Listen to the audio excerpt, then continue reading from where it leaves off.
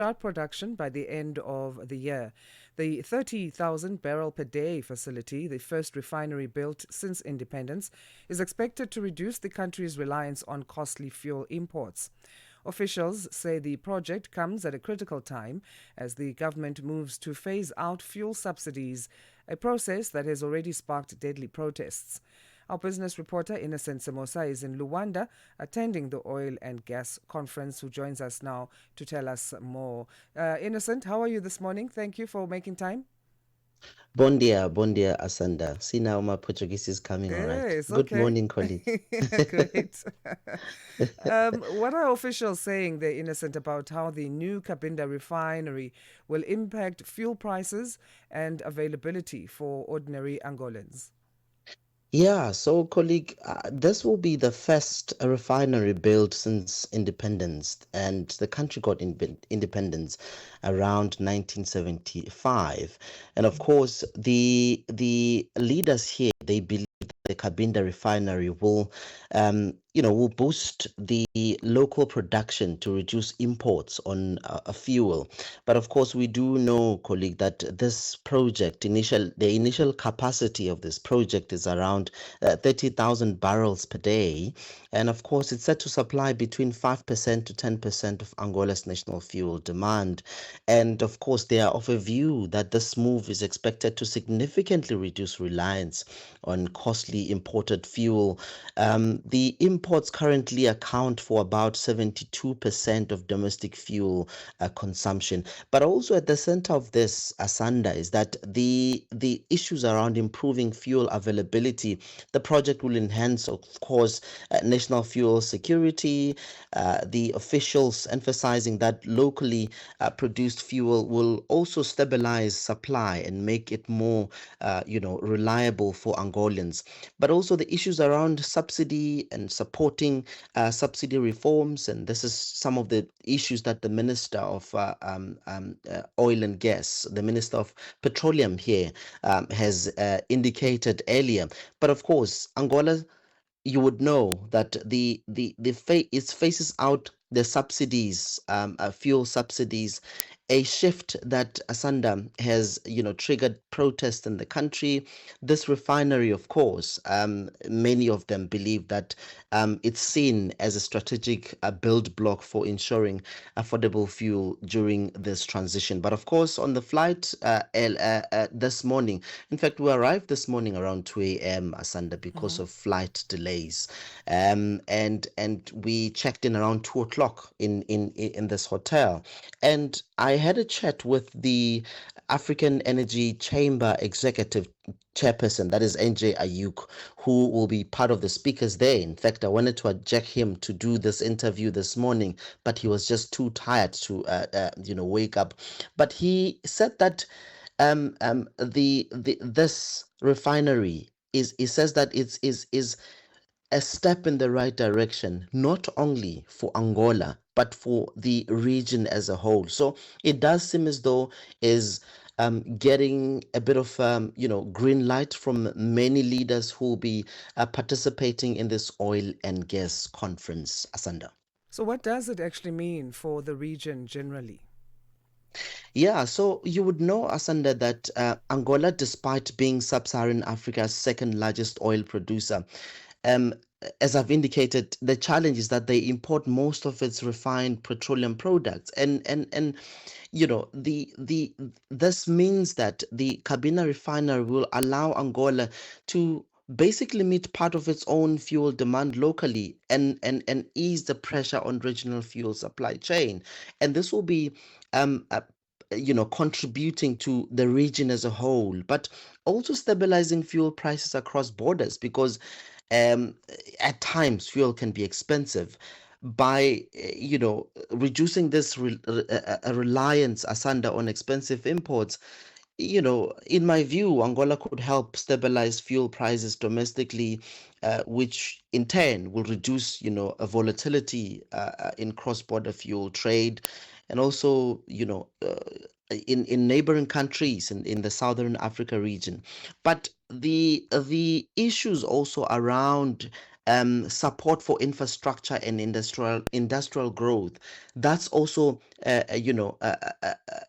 an important aspect of what we're talking about here now, because the local refining capacity, Asanda, you and I know that it strengthens a country's industrial base, which could really contribute to a broader Southern Africa region energy security by issues around diversifying sources of refined fuel within the region. So in a way, it's seen as a step in the right direction to really revitalize the sector in the region, Asanda. So, tomorrow you'll be attending this oil and gas conference. Are we likely to see investment or partnerships being announced at the conference that could further transform Angola's oil and gas sector?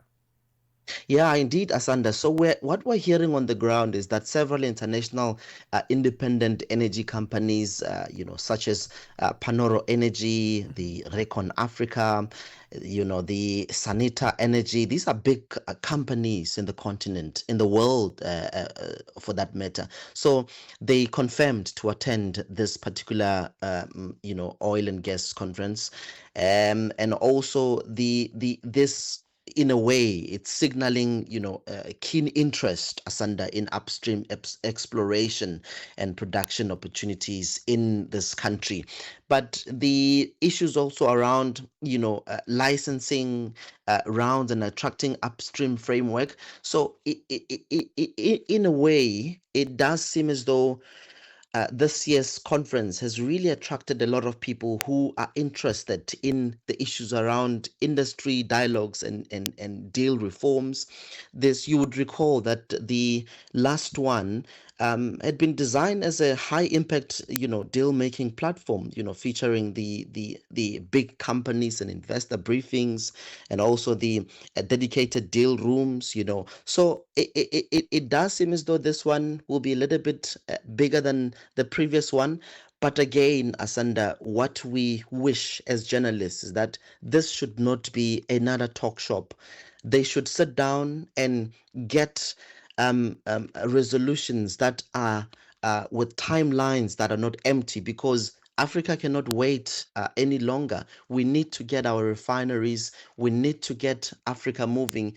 I mean, you and I know, Asanda, we're endowed with mineral resources, but the challenge is that we've got challenges of legislation in the continent, where companies are not willing to invest in the continent simply because of these bureaucratic rules. So Africa cannot wait any longer. It's time for them to really build this better Africa. Particularly, this is one of the biggest sector that contributes massively to Africa's GDP growth. So it does seem as though it's big, but again, we don't want it just to be a talk shop. They should come up with timelines that are not empty, that are with substance, so that they can move the continent further. Asanda. And on that point, then, what do you think should comprise of Angola's long term energy strategy, especially with the global push towards renewable energy? You touched on timelines that need to be clarified and stuck to.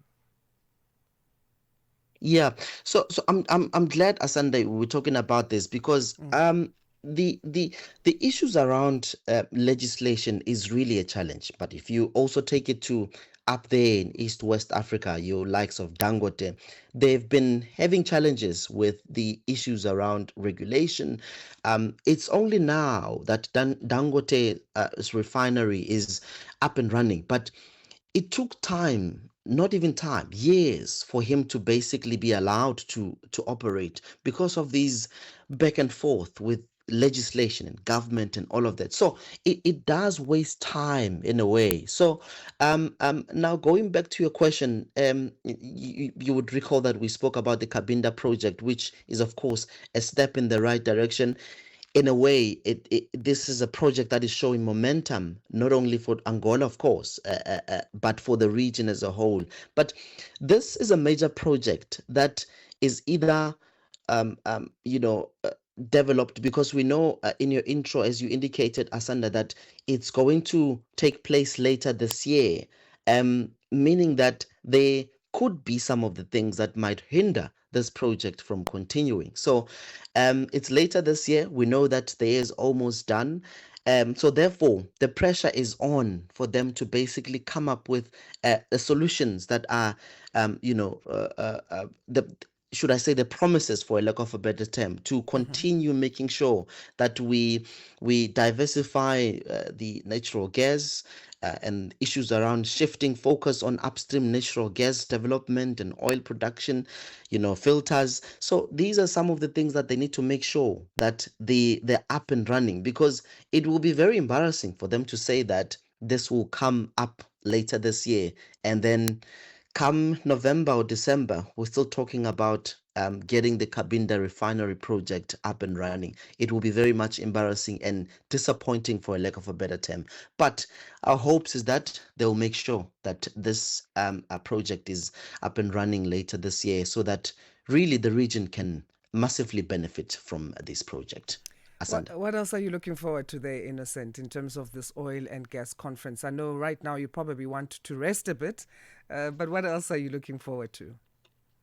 Yeah, so me and JP, the Portuguese reporter, we agreed that today we'll go to the ground and just ask people on the ground if they know about this conference, and what is it that they want to see out of this project, and out of this conference rather, because yes, big people are meeting, but the ordinary person on the ground, these are the people that these leaders are advocating for. We want to hear from them firsthand. What is it that they want on the ground? What type of Africa they want to see moving forward? Because we cannot have this engagement asunder, and the ordinary man on the street is not been taken into consideration. So we want to do that. We'll be really packaging today to really get voxes on the ground to hear what people want out of this conference. But I'm very much excited, Asanda, and yeah, again, I'm excited. I'm told that the fish here is very nice, so I can't wait to I've heard taste it. that. I've heard that as well. Okay, well, enjoy and do keep us updated there in Luanda in terms of what's happening. Thanks for checking in Thank with you so us. much, colleague.